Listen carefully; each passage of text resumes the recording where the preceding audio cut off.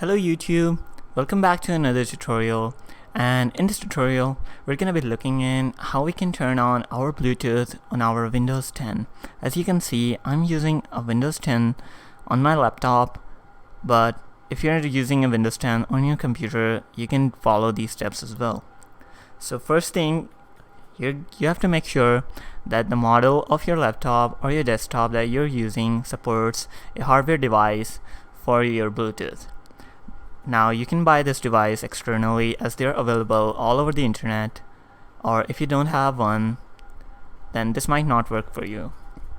But if your laptop already has a hardware for your Bluetooth like mine does, I'm gonna show you how you can turn it on in Windows 10.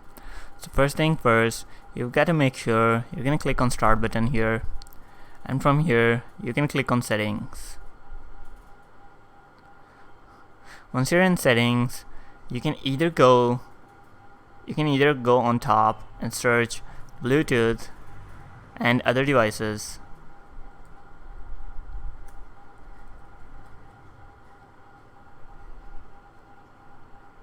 Once you're on the screen, you can see on the left hand side you see many options for all the connections that you can do to your devices.